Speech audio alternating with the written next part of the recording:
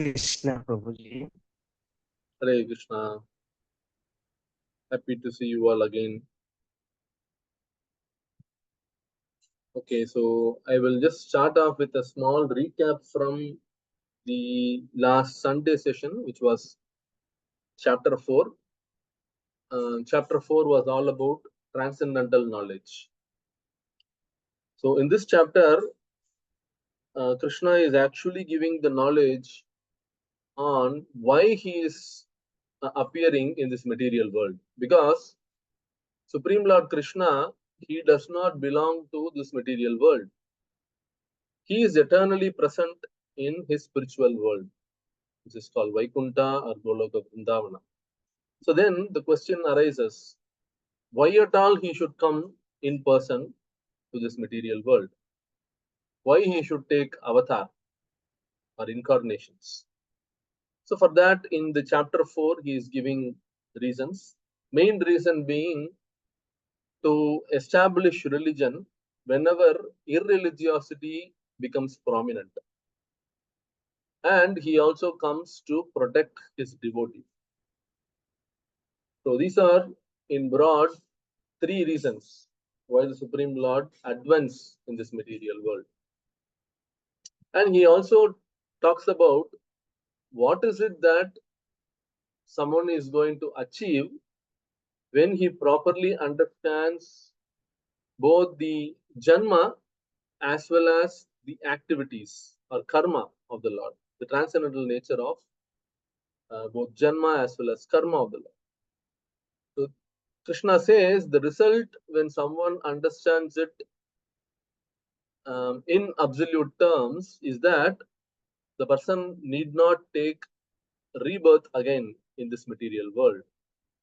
Janma karma cha medivyam evam yoveti tatvatah tyaktva deham punarjanmana iti mameti soarcha. So basically, punarjanma is not necessary for such an individual. And Krishna also talks about how one should receive this transcendental knowledge. Because in front of Arjuna, Krishna, being the Supreme Lord, he also took the position of a spiritual master or a guru. So, for all those who are not living in that time, especially people who are living in this age of Kali Yuga, Krishna is present in the form of Bhagavad Gita, and his teaching should be understood in proper disciplic succession. Meaning, one should not try to whimsically understand Bhagavad Gita by studying on our own. Rather, one need to approach a bona fide spiritual master submissively, render service to him, and inquire from him. By such inquiry, the spiritual master, who is actually the representative of Krishna, he transfers this transcendental knowledge to the disciple. So that also Krishna explains in 4th chapter of Bhagavad Gita, where he says, Tadvidhi pranipatena pariprashnena sevaya. Upadekshanti te jnanam jnaninas tattva darshina. So we need to approach such a tattva darshina, one who has understood the absolute truth in fullness. Right? So Srila Prabhupada is one such tattva darshina, from whom we are able to properly understand this transcendental knowledge, which was given in Bhagavad Gita by the Supreme Lord. Krishna further goes on to say how there are many paths, but it is not necessary that all the paths should lead to the same destination. Right? So basically, Krishna is saying that when we worship him in pure devotional service, then we will achieve his abode. But when people with materialistic intention, they start worshipping all the demigods, they need not necessarily go to the spiritual world. So Krishna is explaining about that, and Krishna gives detailed instructions about, or rather knowledge about activities or karma. What is karma, what is vikarma, and what is akarma? So karma is something which is done as per the Shastric injunction. Vikarma is that which goes against the Shastric injunction. And akarma is something which is neither karma nor vikarma. Meaning that activity which when we perform, which doesn't result in any resultant reaction. Like for example, when somebody does punya karma, he is going to enjoy the result. When somebody does papa karma, then he is going to suffer for the for the activity. So in either case, one need to take birth again into this material world. But whereas when someone performs a karma or activity only for the pleasure of Supreme Lord, what are those activities? We saw in the last class as well. Chanting the holy name is one such activity. Reading the scriptures like Srimad Bhagavad Gita, Srimad Bhagavatam in the association of devotees, those are also categorized into the akarma set of activities. Visiting a temple, attending festivals, participating in kirtans. So all these are called akarma. Those activities which does not give us either positive or negative. And Krishna also talks about jnana. How one can attain jnana through performing sacrifices. And finally, Krishna says, what are the methods and results through which we can attain that jnana? Right? So essentially, fourth chapter is all about attaining that jnana, transcendental knowledge, which is so rarely understandable. By the mercy of the Supreme Lord, we are actually getting that knowledge, the transcendental knowledge. So, what is the transcendental knowledge all about? Basically, trying to understand that one should mold one's life in such a way that we perform activities only for the pleasure of Supreme Lord Krishna. Even while we are trying to perform our prescribed duties, we can still do it in such a way that it is going to please the Supreme Lord. So when we understand that art of performing activity for the pleasure of Supreme Lord, then we can transcend both the effects of punya as well as papa karma. Right? In short, when somebody keeps performing Krishna consciousness throughout his life, then it is guaranteed that we will not have to take birth again in this material world. That is what we all need to have as goal in our life. Any question from the session 4?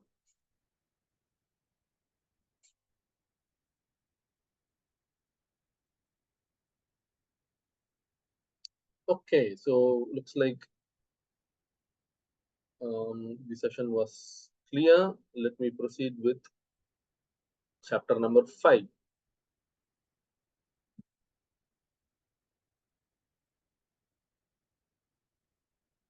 Okay, so can you see my screen? Yes, Prabhu. Okay.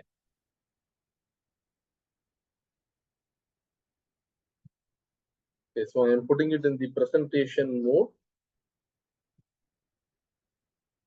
Hope you can see the presentation as well. Yes, Prabhu. Right. So this chapter is okay. There are many slides and many points to be discussed. So let's get going. Chapter is titled as Karma Yoga: Action in Krishna Consciousness. How somebody can perform action in Krishna consciousness, or in other words, whenever somebody performs any activity, we need to be conscious whether that activity is going to please Krishna or not. Right. So that is, in short, Karma Yoga or activity in Krishna consciousness. So what are the different topics that Krishna is discussing in this chapter? So between text number 1 to 12, Krishna recommends how one should be like a lotus leaf. So now, what is the significance of lotus leaf here? We will see in a short while. Subsequently, Krishna talks about 3 different doers. So any activity that we perform, when we are in material consciousness, we tend to think that we are the actual doers. Right? I did this. Because of me, my company has grown. I was responsible for this project. Right? So I am the topper in my school. So many things that we strongly identify ourselves with our own accomplishments. Are we the real doer? Can we take credit for all the activities that we accomplish? Not necessarily. Krishna is explaining that we are not the only doers. There are 3 different doers. Subsequently, between text number 17 to 26, Krishna is giving a knowledge on how someone can be equipoised, can have equal vision to look at an exalted Brahmana as well as a dog eater, both on the same level, right? Not really discriminating between either of them. How is it possible? Right? So, in general, in the material world, we find that somebody is valued or respected based on their education, their um, their hierarchy or the family hierarchy or family tree, their beauty, their wealth, so many things. When somebody does not possess those good qualities, so-called material qualities, then we tend to ignore such persons. Especially when we see, say, a beggar on the road, we don't bother so much. We tend to ignore him. Whereas a pandita, someone who is balanced because of his understanding in Krishna consciousness, such a person has equal vision. So we will see how somebody can achieve that level. And in 2 verses between 27 to 28, Krishna is giving an introduction to Ashtanga Yoga. Ashtanga Yoga, at length, Krishna will describe in the next chapter, the 6th chapter, which we will have a look tomorrow. But in this chapter, he is introducing us to Ashtanga Yoga.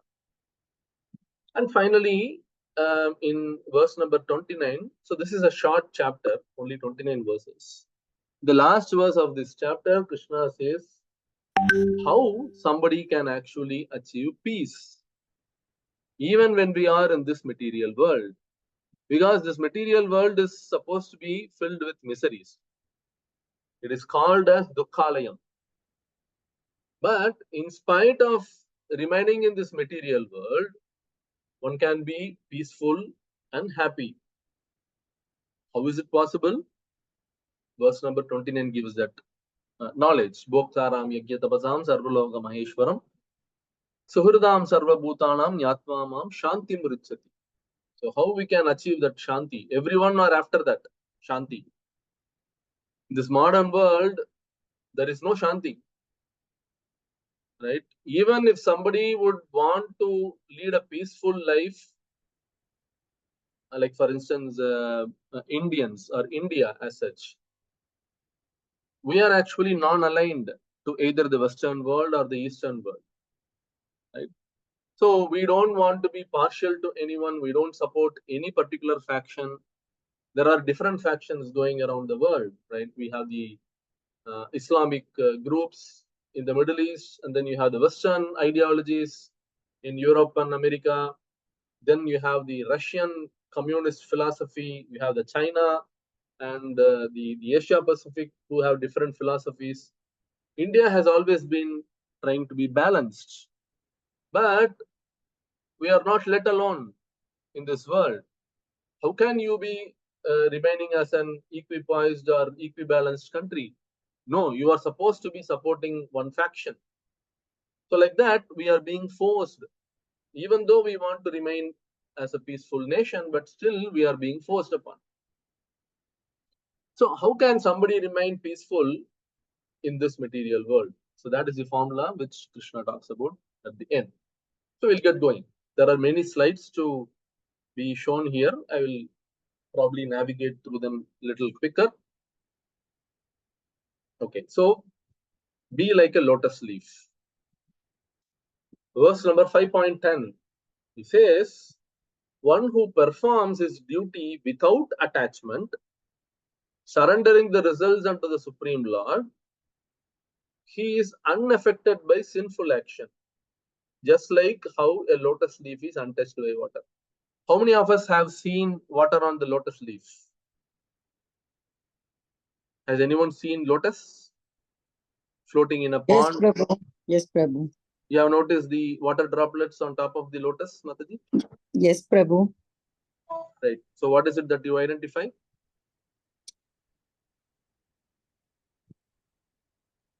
Water on top of the lotus leaf, it doesn't stick to it, right? Yeah, yes, it doesn't stick. Yeah. So Krishna is saying we need to remain like that. Even though we are in this material world among family members, among so many attachments, so-called attachments, but still one need to go on performing his duty without attachment, surrendering the result to Supreme Lord, which is most important. Most of the times we don't do that. We don't know how to do it. So such person, he is not affected by sinful action, just like how lotus leaf is untouched by water. So we'll try to understand this in detail. So three things that Krishna is mentioning here, three steps. Right? What are the three steps? First one, do your duty. Now, what do we mean by doing one's duty? I think we discussed in the earlier sessions as well. Having taken this material body, we all have certain material duties. Example, taking care of one's parents, having an obligation towards the community and society, having a good relation with our relatives and helping them when they are in need, having a friendly relationship with our neighbors. And then as a parent, we need to take care of our children, give them good education, get our children married, settle them in life. So many duties are there. Those are material duties related to our material body. There are something which are not related to this body, rather related to the self, the real self. What is that? Duty towards our spirit soul. We will have a look what are those duties. So we need to perform such duty. Number one, not really attached to the results. Number two, most important. Even when we are remaining in family relationship, when we have our spouse, our children, father, mother, we need to understand that we are on a train journey. Right? So when we go on a train, I'm sure you all would have experienced this. We come across many people who are sitting in the same compartment, right? Typically in an Indian train, you have, if you are going on a third AC, there would be eight persons in a, what do you call that? A compartment, right? I don't really know the terms. Yeah, so the compartment is a full one, but I'm not sure what you call that. Yeah, so anyhow, I think you got that point. So we may have you may be developing some conversation with our people who are on the train, but how long do you think we can be associated in a train journey? We may develop friendly relation with them, but how long do you think it is going to last? Till we reach a destination. Till we reach the destination, right? So beyond that, 99% case, we don't even meet that person again. But do we feel bad that we are missing their association? I don't think so. No, Prabhu. No, right?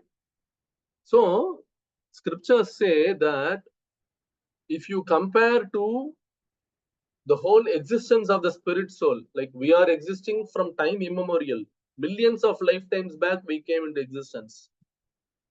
When you compare that to this life, whoever so-called close relation, father, mother, husband, wife, children, right?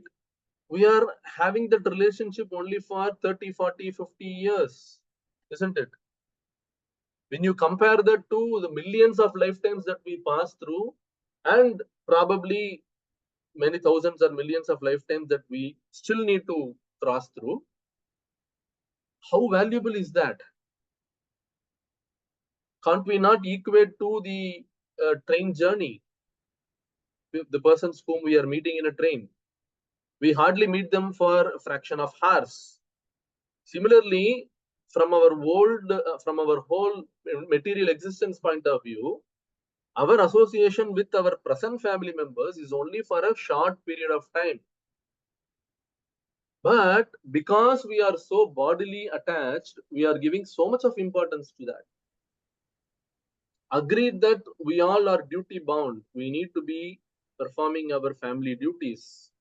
As husband, we need to take care of wife, children, father, mother. All this is there. But develop a sense of detachment. Don't get too materially attached. Right?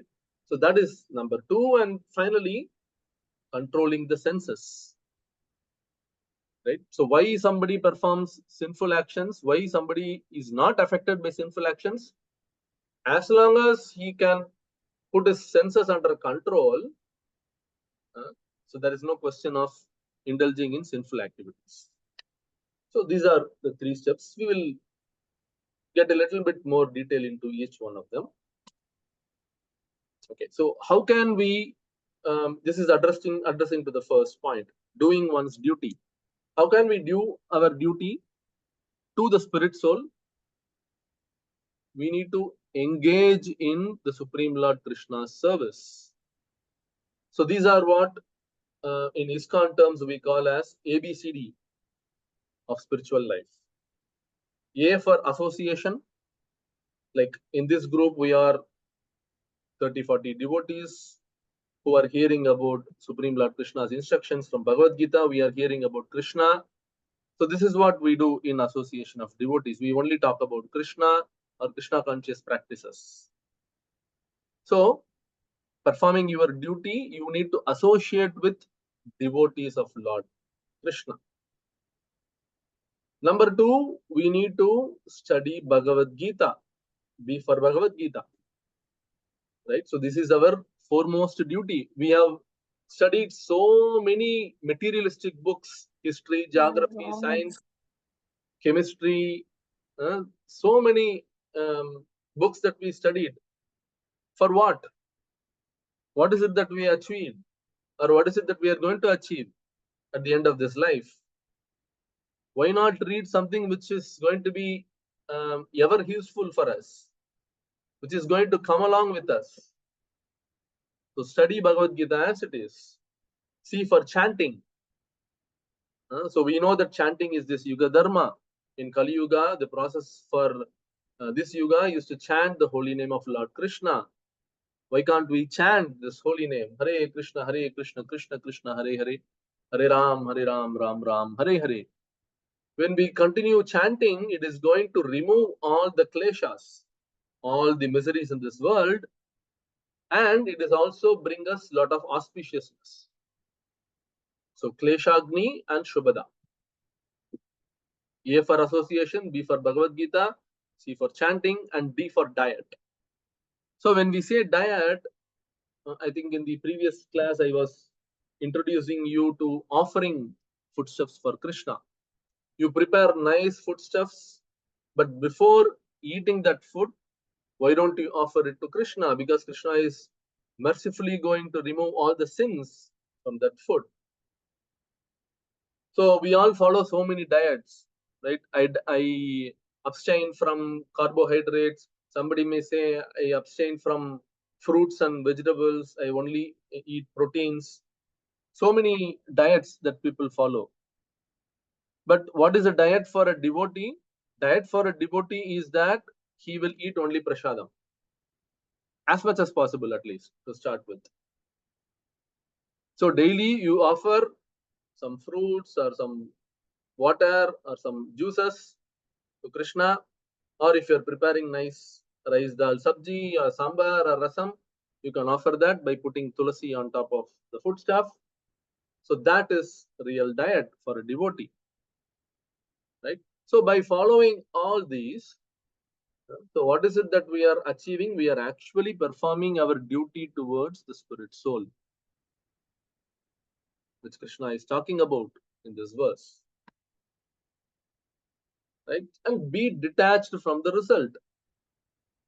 So what is the typical behavior of a materialistic person? Whenever we serve somebody, we have some expectations, right? Say when I am serving my children, then the expectation is that in future, when I am going to become old, then my children are supposed to take care of me. So I am performing some activity with an expectation. But the Shastra says, Krishna says, do your activities as a mere duty without expecting the result. So when I am a Krishna conscious parent, I pretty much understand that Krishna is actually the protector, not my children. I am not dependent on my children for protection when I achieve my old age. Rather, because he is completely dependent on Krishna, he doesn't really have any expectation from his own children. He doesn't perform his parental duty out of an expectation that in future you will be served by your children. No, that is not right. So you start performing detachment, right? So one who sees everything in life as profit and loss cannot achieve peace. This is something which we need to learn lessons in our life. Typically, how we deal with people, it will be transaction based. I deal with person with such and such level of affection or activities, with an expectation that in future I am going to get some favor from this person. So which means it is a transactional dealing, right? Don't only think about what you are going to get because of an transaction with this person. Rather, be detached from the result and do all the activities as a duty, as a matter of duty, right? And finally, the third point that Krishna mentions here is control of senses. So what happens when we are young? We run behind money, but unfortunately, even when we are old, when we become senior citizens, still we run behind money only, right? How can I multiply my savings? How can I invest in stock market? What will be the what do you say, the return of investment, right, in 5 years time? So like that, even till the point of death, we keep accumulating money. We think that that is the goal of life, forgetting the fact that we are not going to carry even a penny when we die, right? So unfortunately, these all happens because our senses are out of control, right? We don't really have any control whatsoever over our senses. Shastra says, Krishna says, control the senses. Lead a contented life. Whatever Krishna has mercifully given, be happy with that. So that's how somebody can lead a life like a lotus leaf. Clear? So when it comes to controlling the senses, these are the 4 pillars of dharma. What are the 4 pillars? Dharma rests on mercy, truthfulness, austerity, and cleanliness. So these are typically broken. The dharma is broken because of indulging in these 4 sinful activities. What are the sinful activities? Eating meat, gambling, intoxication, and illicit sex. By indulging in these 4 activities, we are actually breaking the dharma. Basically, we are letting loose our senses. We don't have any control over our senses. So that's why we indulge in all these sinful activities. Right? But the beauty of Krishna consciousness is, it is not a prerequisite that someone should follow these 4 principles in order to come to Krishna consciousness. Rather, when we come to Krishna consciousness, when we start chanting the holy name of the Lord, when we start rendering service to Krishna, then automatically these 4 illicit activities go away. Right? Like, for example, people become vegetarian, they start eating only Krishna Prasadam, they don't gamble, they don't involve in illicit relationship with other women, they don't indulge in intoxication like cigarette or alcohol, right? So they give up all these bad habits. How that happens? Because a person is chanting the holy name of the Lord. Automatically, your heart gets cleansed, and these bad activities or bad propensities within you, they go away. That is the power of the chanting of holy name. So that's how somebody can achieve this level of being like a lotus leaf. Okay, so the lesson for us, the lesser the sins, lesser we suffer.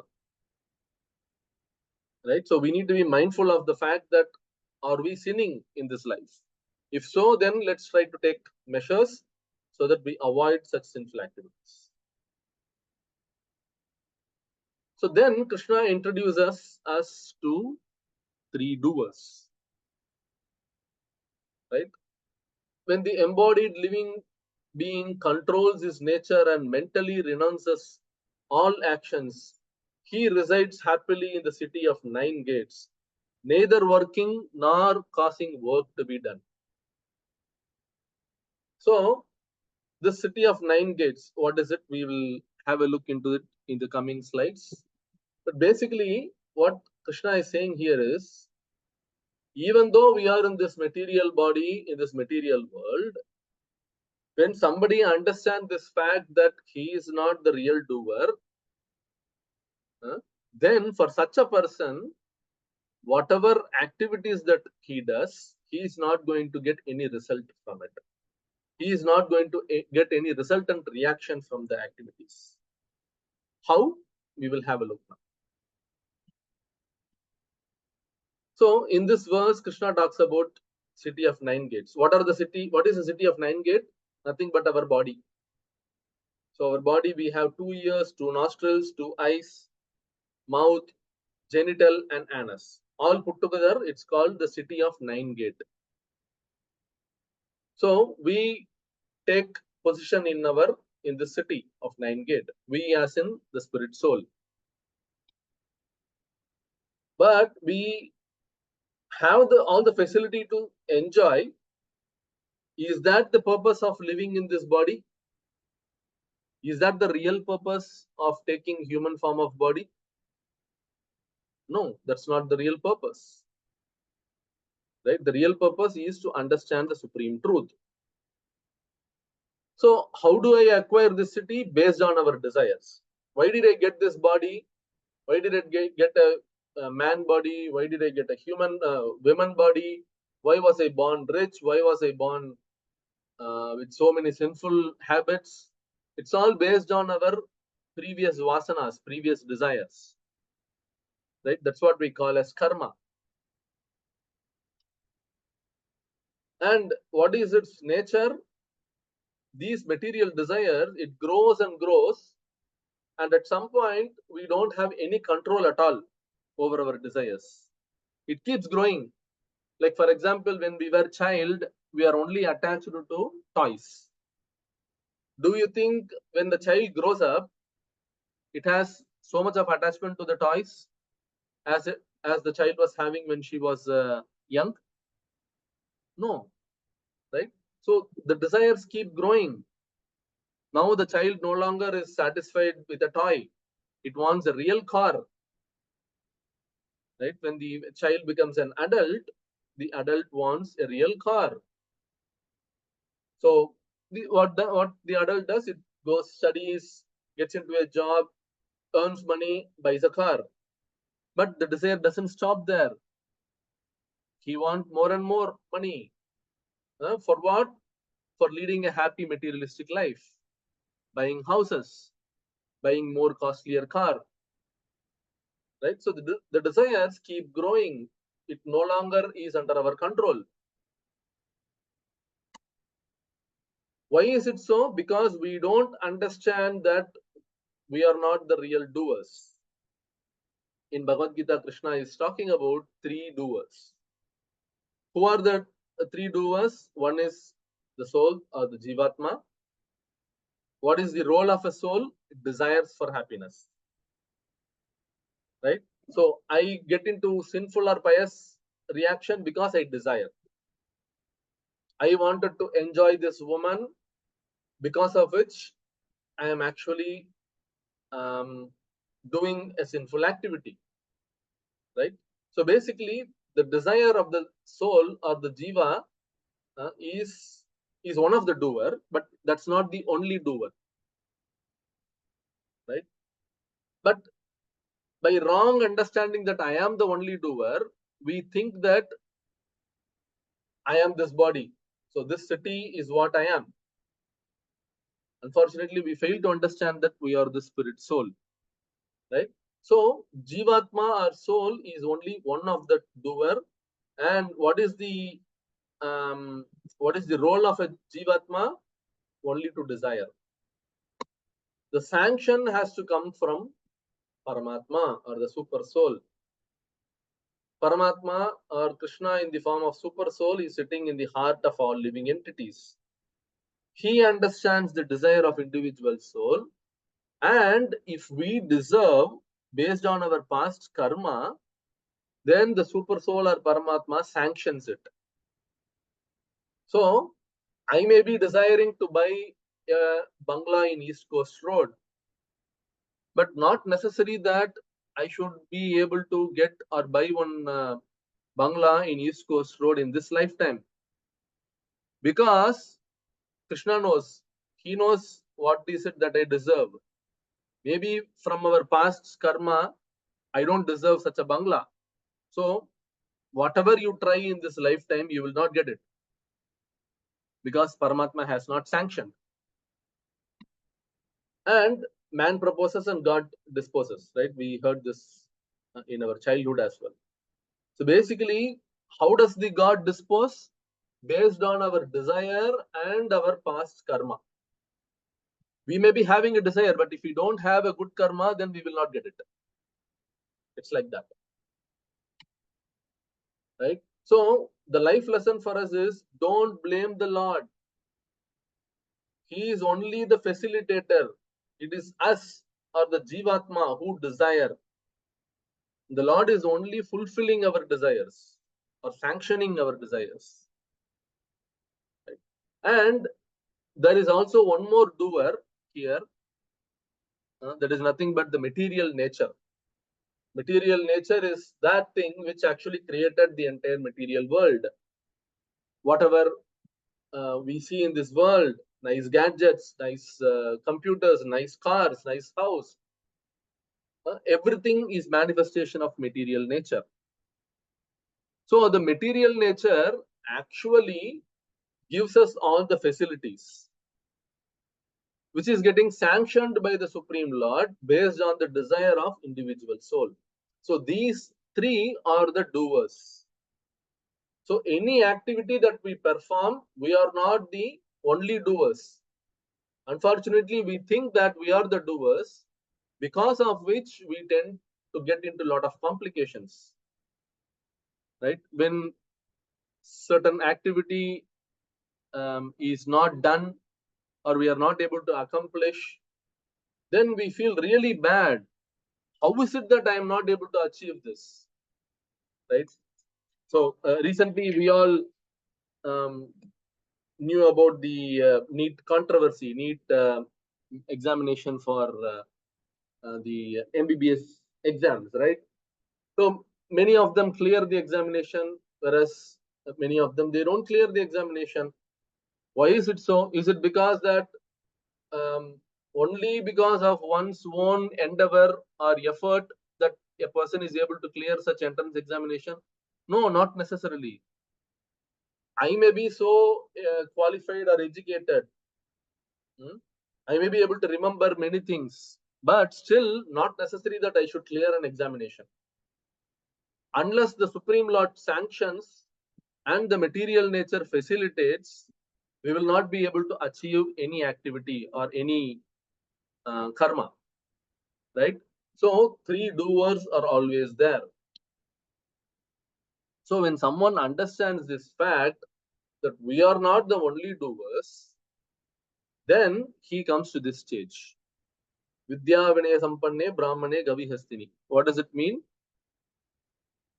A humble sage with true knowledge, he is able to see equal vision, a learned, gentle Brahmana, a cow, an elephant, a dog, and a dog eater.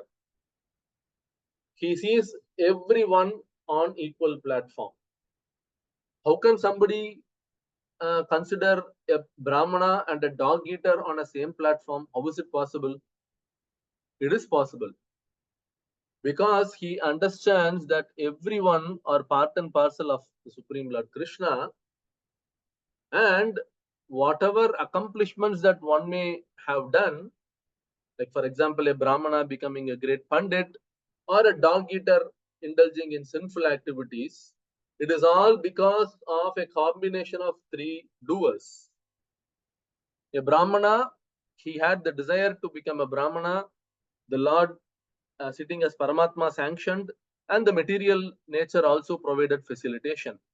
Similarly, a dog eater became a dog eater because of his desire and the Lord fulfilling that desire and material nature providing a proper material body.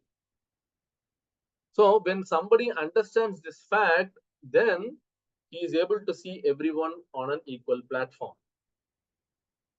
Right? I will give you one nice story of Srila Prabhupada, who is the founder of ISKCON. Right? So he was someone who gave this Krishna consciousness to anyone. He did not distinguish between someone who is very educated or someone being an illiterate coming from a poor background in a village in Bengal. He did not distinguish at all. He was completely on an equal platform, right? So one time when he was giving a class in US, America,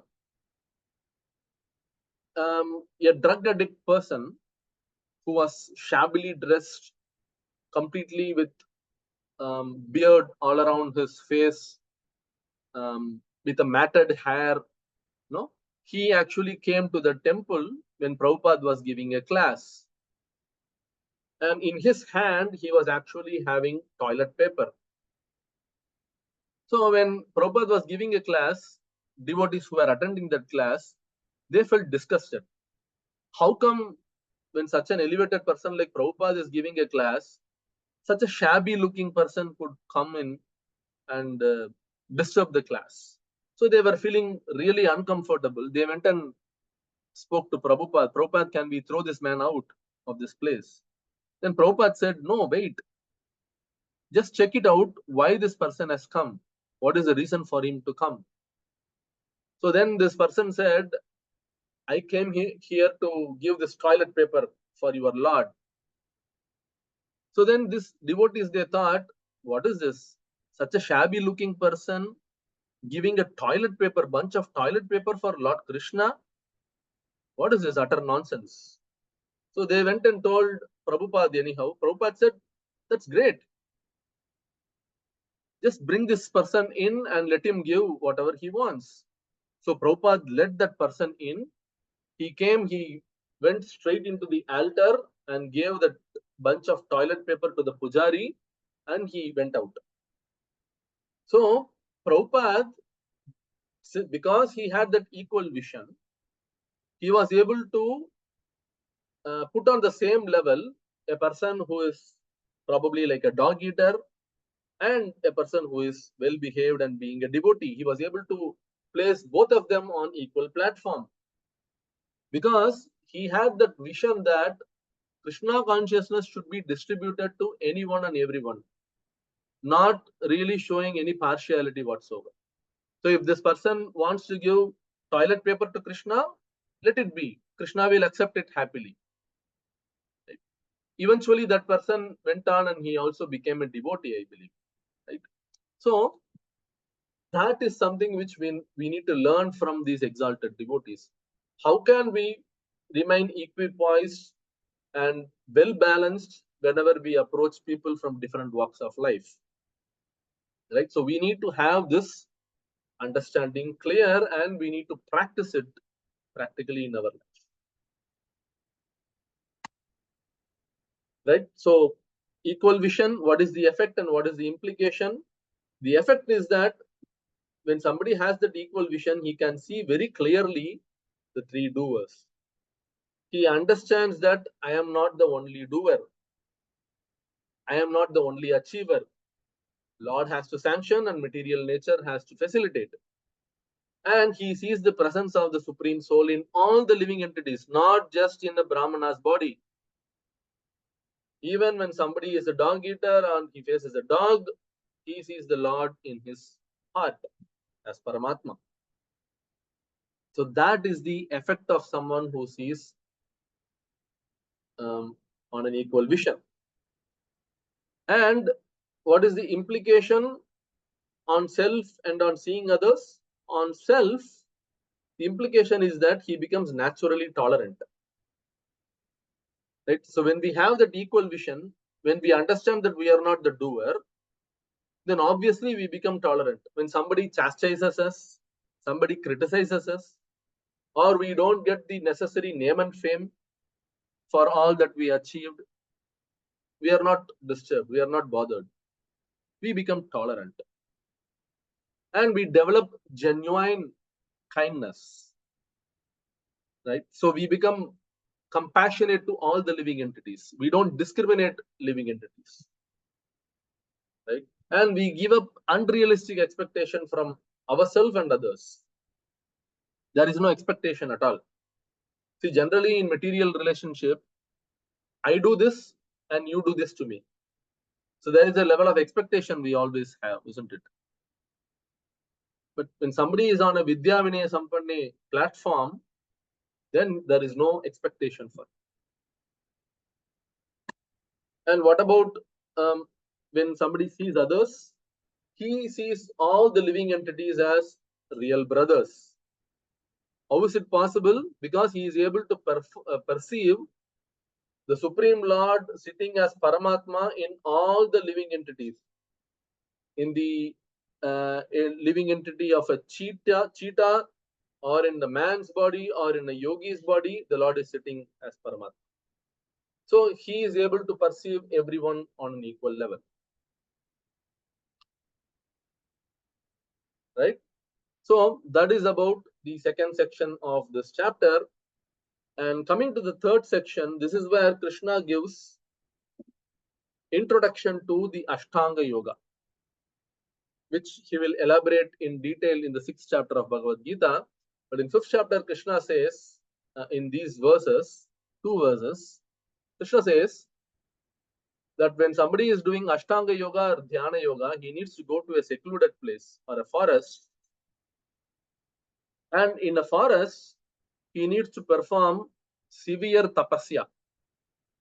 How should that tapasya be performed?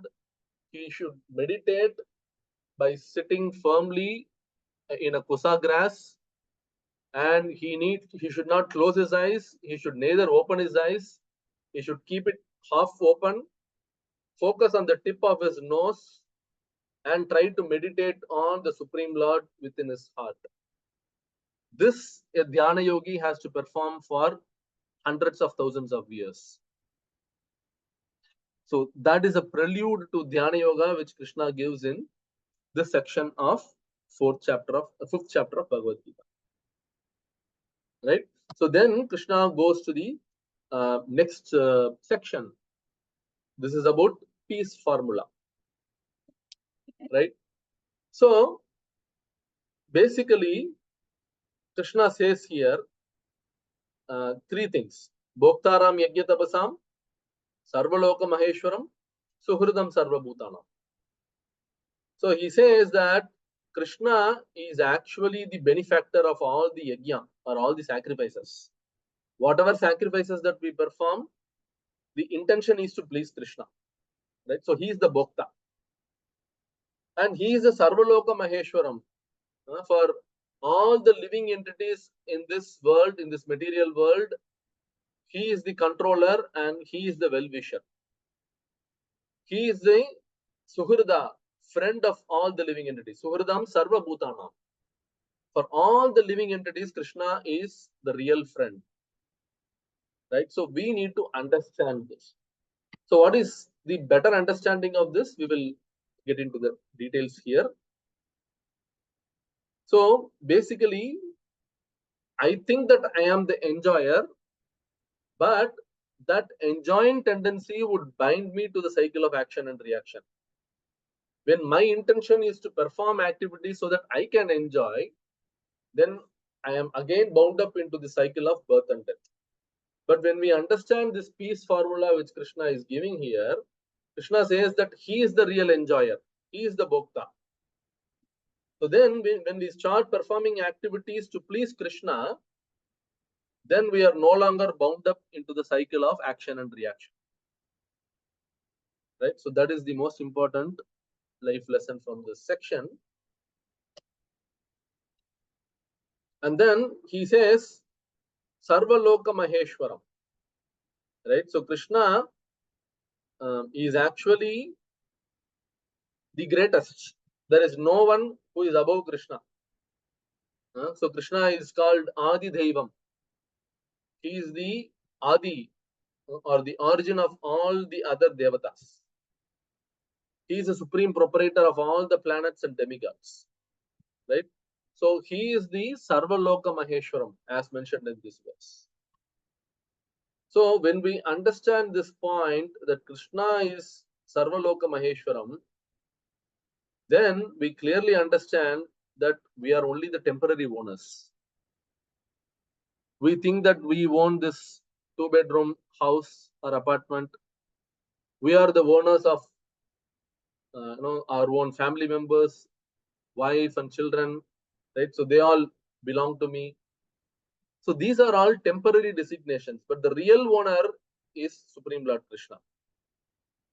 So when we understand that point clearly, then we don't get into any problem at all in a family life, right? So when the husband and wife, they have this understanding loud and clear, then the grahastha life is going to be supremely happy, right? So this is the peace formula which Krishna is giving here, right? And finally, Krishna says, Suhridam Sarva Bhutanam. He is the benefactor and well-wisher of all the living entities. He loves cats and dogs. He loves human beings. He loves a devotee. He even loves the non-devotees. He's completely impartial, right? He wishes for all of us.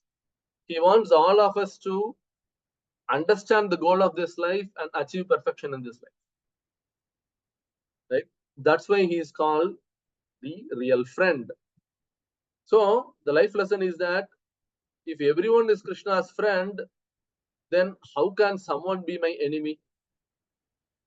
Right? So I consider person A as my enemy because he is not my well-wisher. He wants my downfall. But when we have this understanding from Bhagavad Gita, how can somebody be my enemy when he is also a friend of Krishna? I am trying to become a friend of Krishna. So how can person X be my enemy? Right? So these are some of the understandings which we get into when we properly understand the peace formula which Krishna is giving here. We are all trying to achieve peace in this world through different materialistic means. Now you have this UN peacekeeping mission, mission here. Whenever there is war happening in this world, they try to negotiate with all the parties and try to resolve the conflict. But we have seen this all along. Nobody can stop war by materialistic compromises.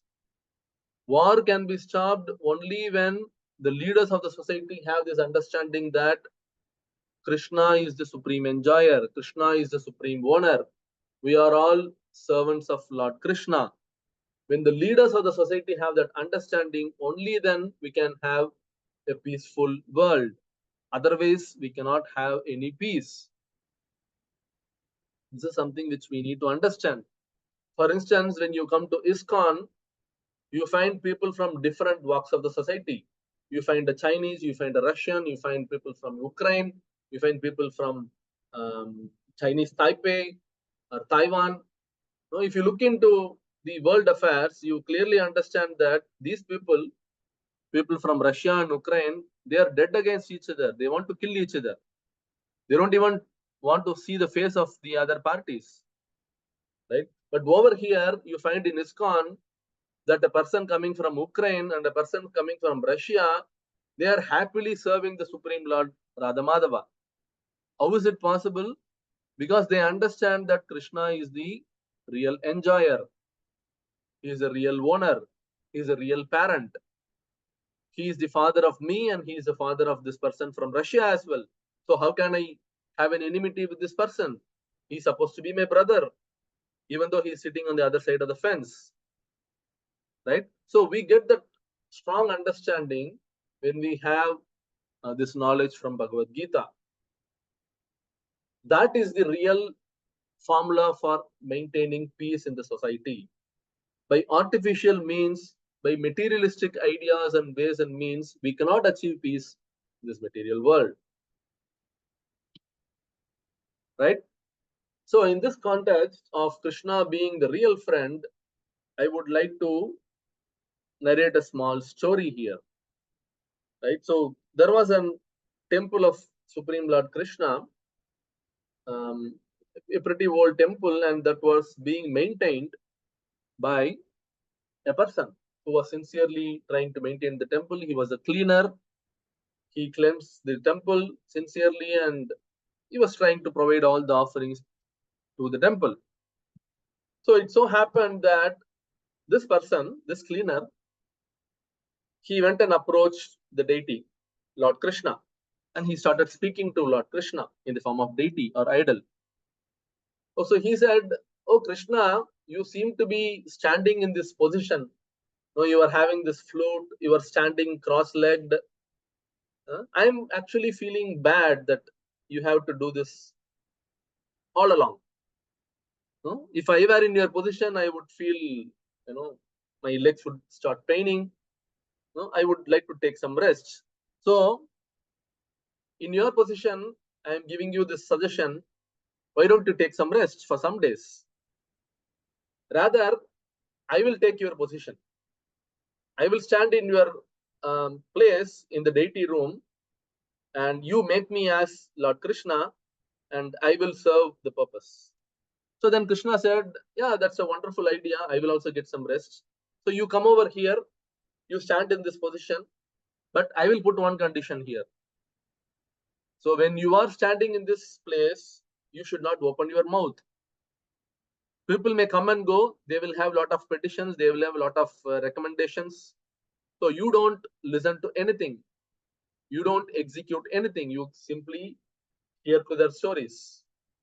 So then this person nodded his head, and Krishna took rest. And this person went into the altar room, into the main Garbhagraha, and he started standing as if he was Supreme Lord Krishna with the flute in his hand. So then slowly the temple opened and people started to come in.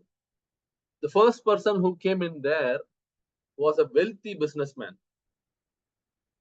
He has this habit that whenever he earns crores of money, he would come to the temple and he would put 1,000 rupees into the hundi.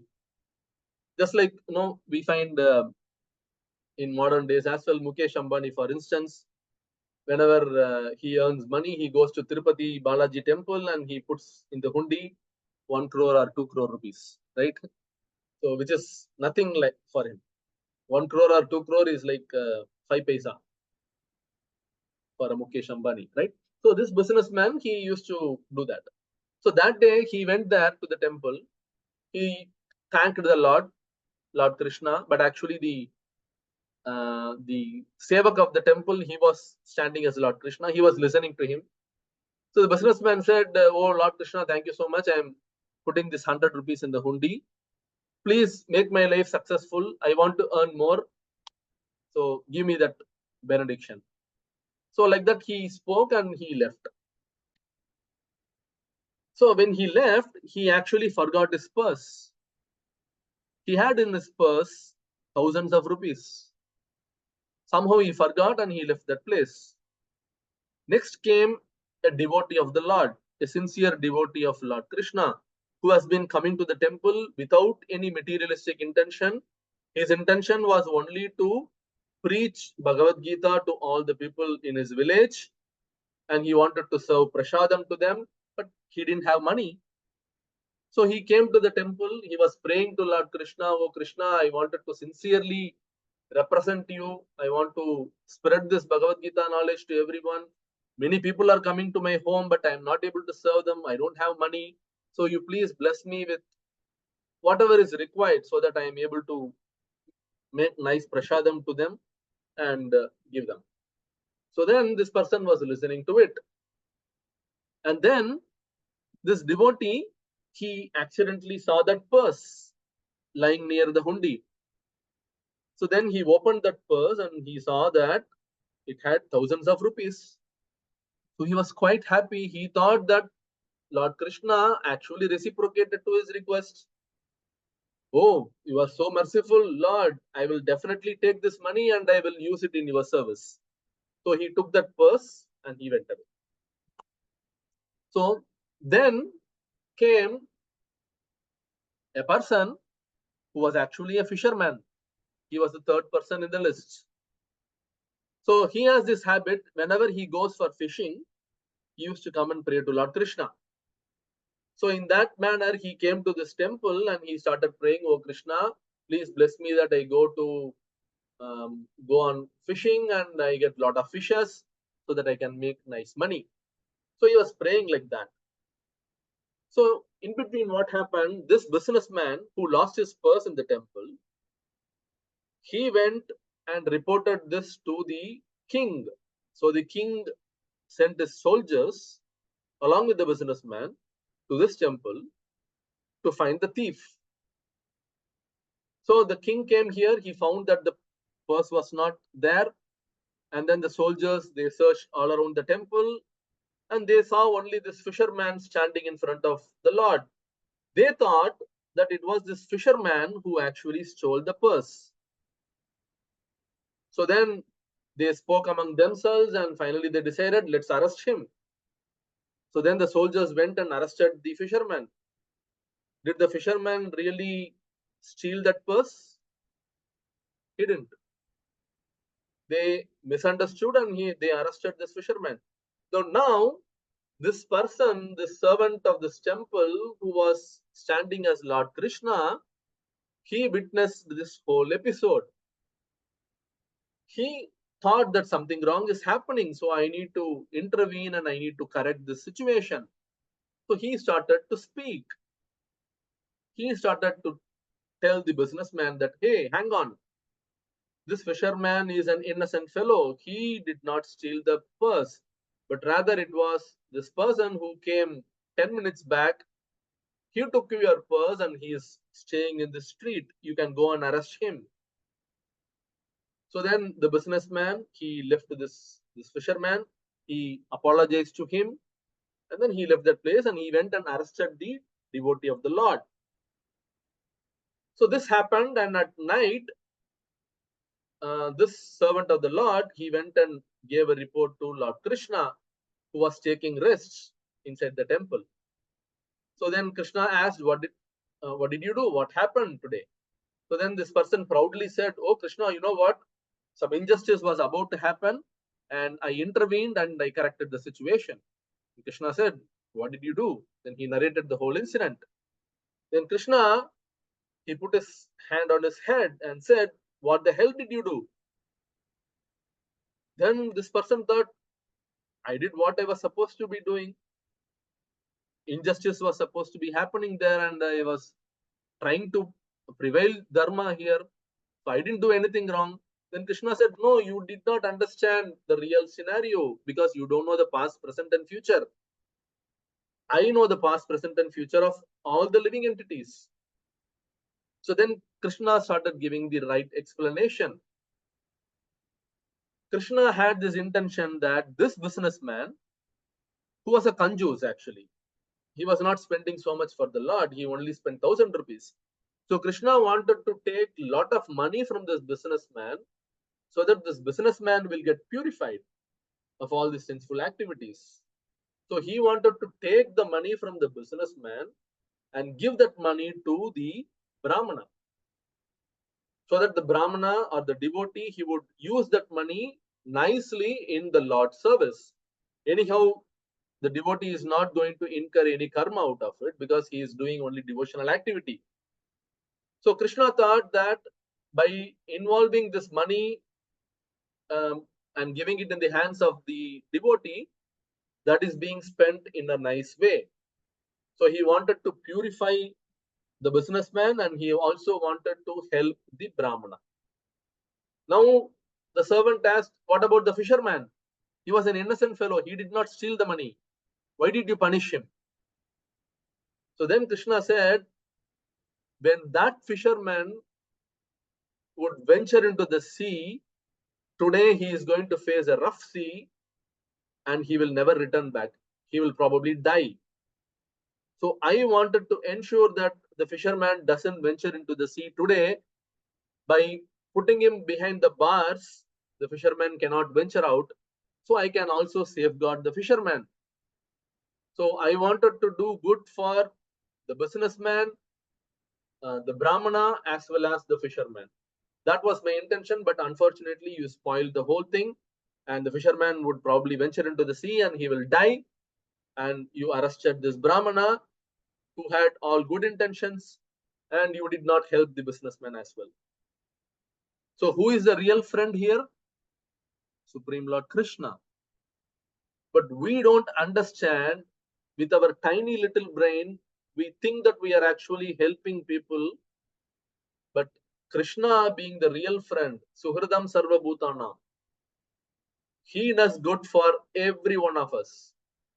His intention is that all the conditioned souls should attain perfection in this life.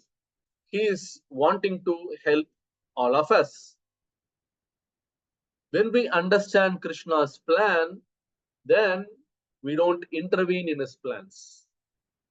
We really understand that we are not the doer, Krishna is the doer, and Krishna is actually facilitating all of us. Krishna has plans for all of us. Let's try to follow Krishna's plan rather than trying to go against Krishna's plan. Right? So when we understand this doership mentality, when we attain the platform of being on an equal plane, understanding both the Brahmana as well as the dog eater on the same platform. So when we achieve that platform, we understand that Krishna is the real doer. He is the Bhokta. He is giving us the peace formula. Let's all try to follow that peace formula. By doing that, we will all achieve happiness in this life. Right? So when we understand 5th chapter of Bhagavad Gita, we can attain peaceful life, even in this material world. Not having any hankering, not getting frustrated in this materialistic life, rather lead a peaceful and happy Krishna conscious life. So that is something which we all can achieve when we start practicing Krishna consciousness. When our intention is to serve Supreme Lord Krishna without any expectation of the result, understanding very well that Krishna has a plan for us, then we are not disturbed under any circumstances. Even though tornado may fall on us, even though we may be facing an earthquake, but still we are not disturbed when we can achieve that platform. So we all can achieve that platform when we start practicing Krishna consciousness. When we start putting things into practice in our day-to-day life, easily come to this platform by Krishna's mercy. Right? So with that, I will come to an end in the today's session. I'm open for any comments or questions that may have from today's session. Over to you all. Hare Krishna. Any questions or comments?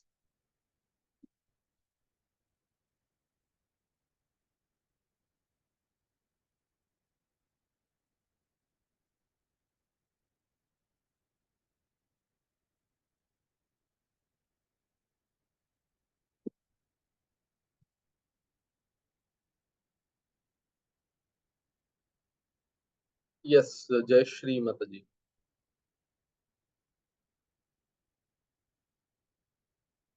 You can unmute yourself.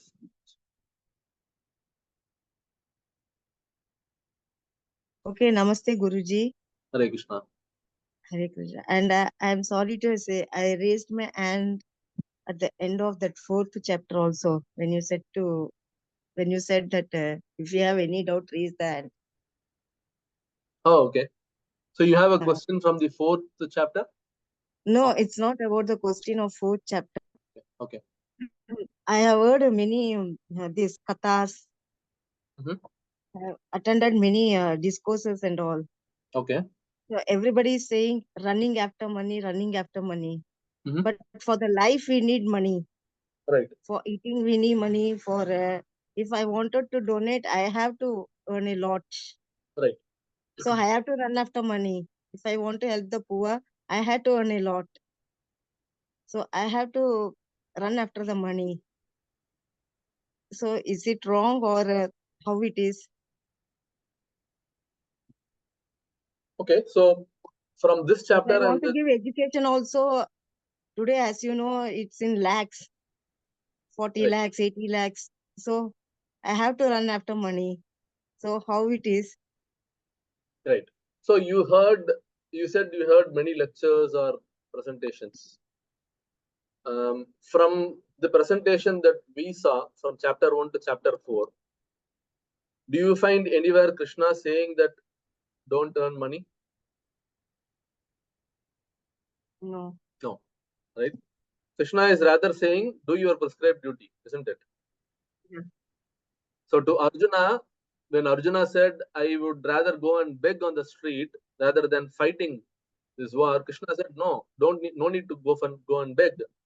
You rather fight and achieve this kingdom, rule the kingdom nicely, isn't it? Yeah. So that is the prescription. So if you are in a good job by Krishna's mercy, use that in Krishna's service. Use that money righteously. What we may be thinking that helping poor people, I am actually using that money nicely. But we know from the understanding of karma, vikarma, and akarma, with little understanding that we have from the past session, we may have a good intention, but be aware that when that money which we are trying to give or donate, if it is not used in proper sense, we are going to get the return karma, the reaction. So we need to judiciously use our money. Money is not a problem. How we employ this money is where it's all about.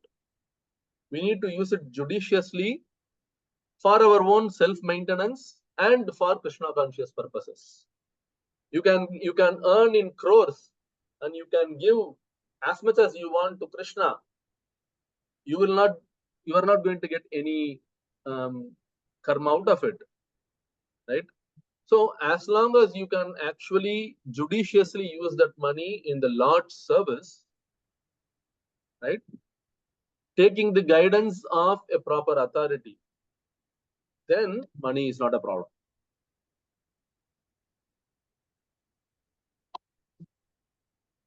So, in ISKCON, we have this devotee called Ambarish Prabhu, Ambarish Das. He is actually none other than the great grandson of Henry Ford. Many of us know the car company called Ford, isn't it? Yeah.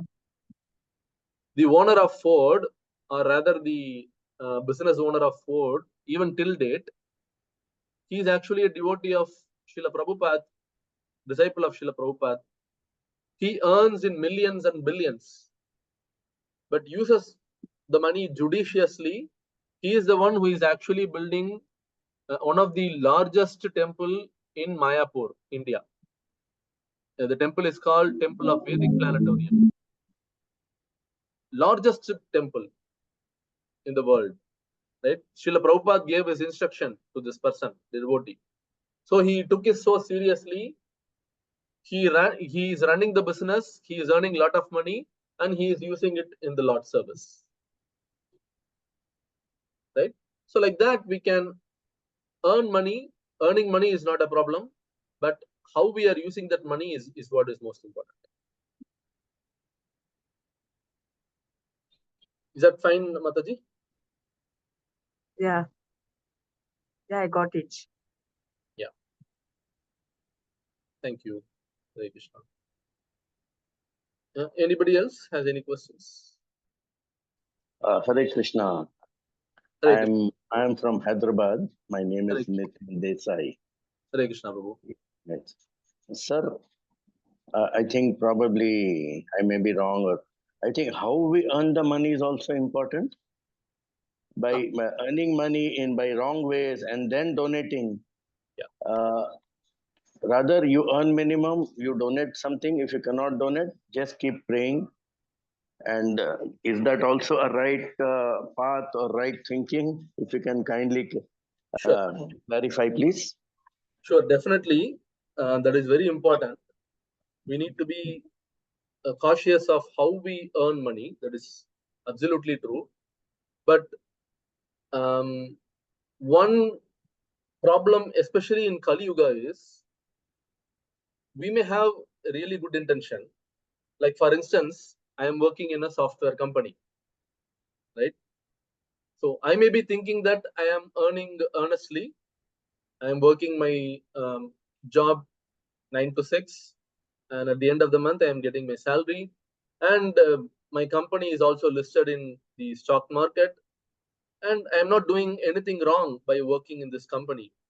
But actually, if you analyze it a lot deeper, how is it that the company is making money or making business? It cannot run a business if they are righteous. If you go by all the dharmic principle, you cannot run a business. Right? Say, for example, if you are meeting your clients, you are bound to tell lies. You will say that, my company will grow to $1 million company in 1 year. Probably it is actually earning in thousands of dollars only. But you will project it to your clients saying that you will grow in such a fashion. Right? And you may be bribing the government officials in order to win contracts, projects. Right? So many ways your company may be indulging in all wrong activities. You as a person may be honest. But in Kali Yuga, you cannot be honest actually. That's why how you are employing your money, your hard-earned money, is very important. You need to be cautious on each and every penny that you are spending. As much as possible, try to involve in the Lord's service. That's why, say, every day we are actually eating. Like, most of our money goes into our daily expenses. You buy some provisions, you buy vegetables, you buy grains, right? So when we are cooking, so much of money is involved on a daily basis. So how we are eating that cooked food is actually going to purify us. When we are not performing Naivedya to the Supreme Lord, and you are eating it, the Lord is saying in Bhagavad Gita, you are eating only sin. Right. Say we are sending 30,000 rupees every month for purchasing grains and vegetables and so many other things. The entire 30,000 money can be purified when we are actually simply offering to Krishna before eating. So that's why we need to be cautious how we spend the money. It's very simple. It is doable. It requires a little bit of guidance. That's all. But Thank you. that's a good thing, actually. Thank you. Thanks.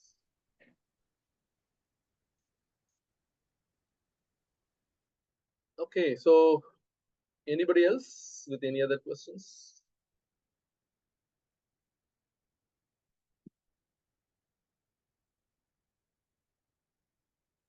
Fine. So if not, then we will meet again tomorrow. So we will try to understand all about the Dhyana Yoga in tomorrow's session. Until then, see you all. Hare Krishna. Srila Prabhupada ki jai. Bhagavad Gita ki jai. Hare Krishna Krishna, Prabhuji, Prabhuji. Dandavat Pranam. Hare Jai Shri Prabhupada. Hare Krishna, Hare Prabhuji. Krishna. Hare Krishna, Prabhuji. Thank you. Hare Krishna.